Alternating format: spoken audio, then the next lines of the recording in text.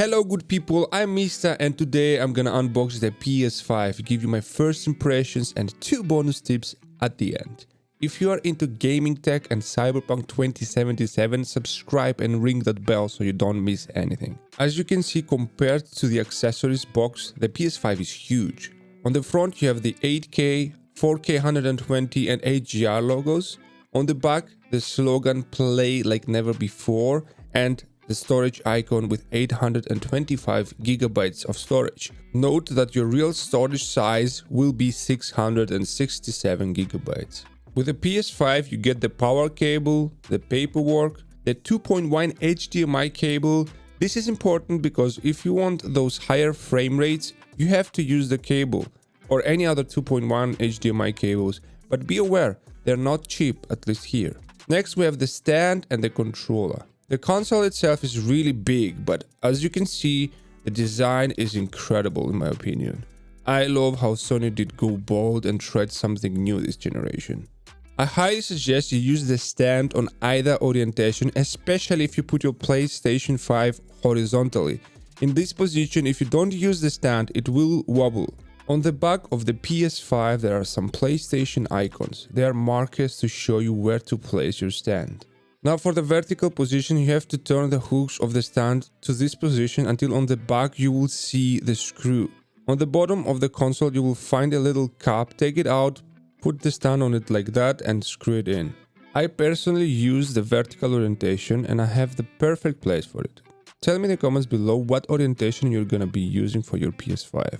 I also got the PS5 accessories and I'm wall mounting them with some Hdmi mounts, links in the description below. The initial setup is super easy and I highly suggest, if you can, connect to the internet right away and update everything. Once you connect the controller, you will get an update for the controller as well. The new UI is fast, really fast. It is minimal, user-friendly and looks incredible. This time they did it. They made an amazing UI and update to the system. If you want me to make a video about it, let me know in the comments. I highly recommend, before you do anything else, play Astro's Playroom and play the whole thing. It is an amazing introduction to the PS5 controller. Oh boy, the PS5 controller is the true next gen thing, guys.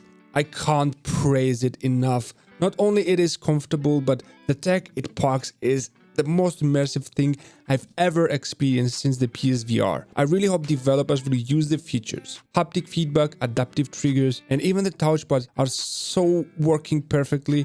If you want to see me rumbling about the controller for hours and hours, then check out my live stream, link in the description. I've played Astro's Playroom, Spiderman Remastered, No Man's Sky, Days Gone, and all games perform incredibly. The loading times are seconds and the games look amazing. Playing Spiderman, you will get a subtle use of the new controller features in the cutscenes, and then the game looks absolutely stunning. You can choose between 2 modes: performance, which gives you 60 FPS ray tracing, off,